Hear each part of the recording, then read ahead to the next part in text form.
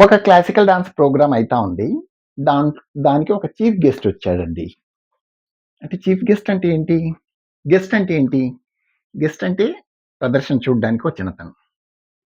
ఆమె, అతను ఎవరైనా కావచ్చు. మరి చీఫ్ గెస్ట్ అంటే ఏంటి? ప్రదర్శన చూసిన ప్రతి ఒక్కరికంటే ఇతను చాలా గొప్పనా? అలా డాన్స్‌లో ఉంటుందా? అలా అనుకోవచ్చా? అంటే ఈ చీఫ్ గెస్ట్ అనే పదము మిగతా వాళ్ళని అవమానించినట్టు కాదా? అంటే హ్మ్. డాన్స్ విషయంలో మేము నాట్య ప్రదర్శన వరకు చూస్తే మిగతా ప్రోగ్రామ్స్ గురించి నాకు తెలీదు గానీ, ఈ డాన్స్ ప్రోగ్రామ్‌కొచ్చిన ప్రతి ఒక్క వ్యూవరు ప్రేక్షకుడు హ్మ్, దేవుడితో సమానం. మా దృష్టిలో అయితే. సో, అలాంటప్పుడు ఇంకా అందరూ దేవుళ్ళైనప్పుడు దేవుడి కంటే గొప్ప ఏముంటుందిక్కడ? సో, కాబట్టి నేననుకోవటం ఏంటంటే, డాన్స్ ప్రోగ్రామ్‌లో గెస్ట్‌లని మీరందరిని పిలవండి. చాలా చక్కగా మీరు ఆర్గనైజ్ చేయండి. చాలా బావుంటుంది. ఈళ్ళందరికంటే ఒకతన్ని చీఫ్ గెస్ట్‌గా అక్కడ ప్రెజెంట్ చేయటం అనేది అంత పర్ఫెక్ట్ విషయం కాదు. అంత సాఫ్ట్‌గా ఉండదని నా ఉద్దేశ్యం. మిగతా విషయాలు ఎట్లున్నా, మిగతా వాళ్ళ విషయాలు ఎలా ఉన్నా, నా ప్రోగ్రామ్ నేను ఆర్గనైజేషన్ చేసిన ప్రోగ్రామ్‌లో ఏ ఒక్క దాంట్లో చీఫ్ గెస్ట్ లేరండి. గెస్ట్‌లే. వాళ్ళెంత గొప్పవాళ్ళైనా గావచ్చు గాక. సో, గెస్ట్‌లనే పెట్టాను తప్ప చీఫ్ గెస్ట్‌గా ఎవరిని అక్కడ ఆనర్ చేయలేదు. కాపోతే వాళ్ళలో ఎవరైనా ఒకరిద్దరు డాన్స్ గురించో, డాన్స్ చేసిన అమ్మాయి గురించో, లేకపోతే వాళ్ళ పేరెంట్స్‌కొచ్చిన ఉన్న పేషెంట్స్ గురించో, వీటి గురించి మాట్లాడడంలో మిగతా ఆడియన్స్‌కి విషయాలు తెలుస్తాయి. ఎంకరేజ్‌మెంటింగ్‌గా గూడా ఉంటుంది. సో, ఇలా నేను ఒప్పుకుంటాను తప్ప, ఒక చీఫ్ గెస్ట్‌గా మాత్రం ఇంతవరకు నేను ఎవ్వరిని పిలవలేదు. అంటే మా పిల్లలు అంటే మేము వేరే ప్రోగ్రామ్స్ చేసేటప్పుడు అక్కడ చీఫ్ గెస్ట్ ఉండరా అంటే అది వాళ్ళ ఆర్గనైజేషన్. దానికి నాకు సంబంధం లేదు. అంటే ప్రోగ్రామ్ అంతా మాది గాదు గదా!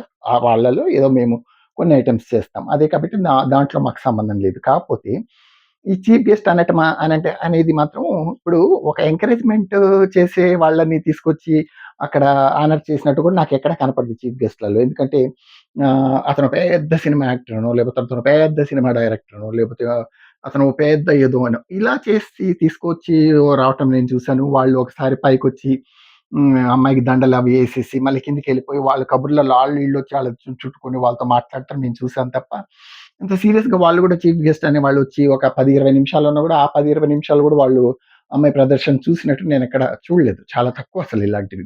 సో, ఒక డాన్స్‌కి సంబంధించిన పెద్ద ఆవిడనో, లేపోతే ఒక డాన్స్‌కి సంబంధించిన ఒక ఆర్గనైజేషన్ అతన్నో, అలాంటి వాళ్ళని మీరు పిలుచుకొస్తే వాళ్ళు ఈ విషయాల గురించి వాళ్ళకి తెలుస్తాయి కాబట్టి, వాళ్ళ ఆడియన్స్‌కి వీళ్ళ గురించి చెప్తారు. వీటి గురించి చెప్తారు.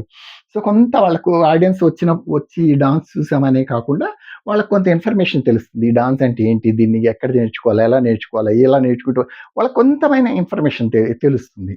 సో, కాబట్టి అలాంటి వాళ్ళని తీసుకురావటంలో తప్పులేదు. ఆళ్ళని గూడా చీఫ్ గెస్ట్‌గా కాకుండా గెస్ట్‌గానే తెస్తే ఉద్దేశ్యం బావుంటుంది.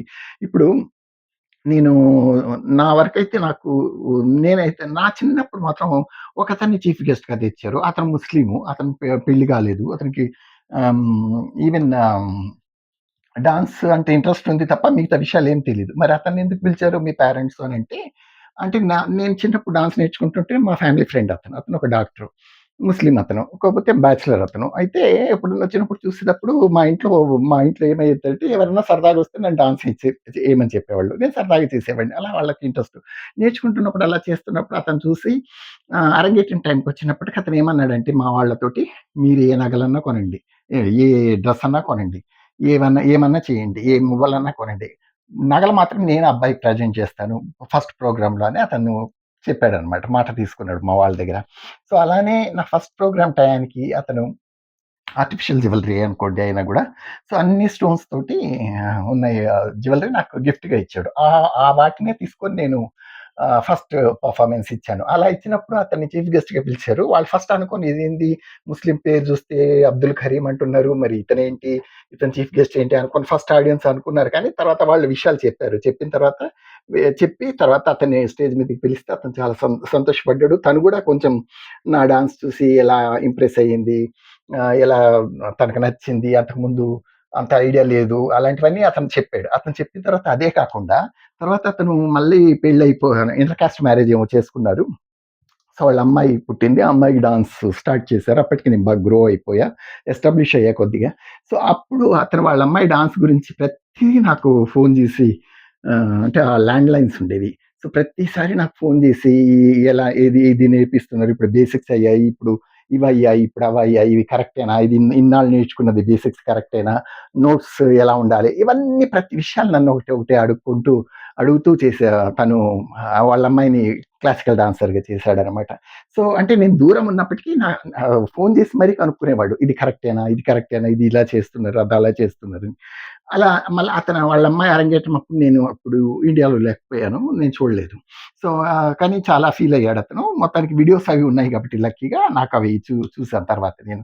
సో, ఇలాంటివి వాళ్ళని మనము ఎంకరేజ్ చేసి ఆ ప్రోగ్రామ్‌కి పిలిచి వాళ్ళని ఆనర్ చేయటంలో తప్పు లేదు గానీ, అసలు ఏమాత్రము ఎంకరేజ్‌మెంట్ లేకుండా, డాన్స్ గురించి ఏమాత్రం తెలియకుండా ఏదో కొద్దిగా పేరుందనో, లేకపోతే ఏదో ఉందనో, లేకపోతే మనకేమన్నా ఫ్యూచర్‌లో వేరే విధంగా ఎలాగైనా ఉపయోగపడతారనో, సో, ఇలాంటి వాళ్ళని తీసుకొచ్చి చీఫ్ గెస్ట్‌గా పెట్టి దాన్ని అసలు చీఫ్ గెస్ట్ అనే మాటే నాకు డాన్స్ విషయంలో అయితే నేను ఒప్పుకోనండి. అసలు ఆహ్, ఈవెన్ ఆహ్, పా పాత కాలాలలో రాజుల దగ్గర నర్తకులు వేరే రాజ్యానికెళ్ళి డాన్స్ చేసినప్పుడు గూడా ఆయన్ని చీఫ్ గెస్ట్‌గా ఎప్పుడు గౌరవించారు గానీ, రాజుని చీఫ్ గెస్ట్‌గా ఎప్పుడు వాళ్ళు ఆదరించినట్టు నేను చూడలేదు. సో, కాబట్టి నేను అనటం ఏంటంటే, మీరు గెస్ట్‌లని ఇప్పుడు చీఫ్ గెస్ట్ అనటంలో నేను చెప్పిన విషయాలు మీరు దృష్టిలో పెట్టుకుంటే బానే ఉంటుంది. ఆ తర్వాత ఒకరిని అతను చీఫ్ గెస్ట్‌గా అని మెన్షన్ చేయటం అనేది అంత పర్ఫెక్ట్‌గా విషయం అయితే కాదు. ఇది నా ఉద్దేశ్యం. నేను చేస్తున్న విషయాలు కూడా ఇలానే ఉన్నాయి. నా ప్రోగ్రామ్స్ అయితే నేను ఇలానే ఆర్గనైజ్ చేస్తాను. మరి మీ ఉద్దేశ్యం ఏంటో? Thank you so much.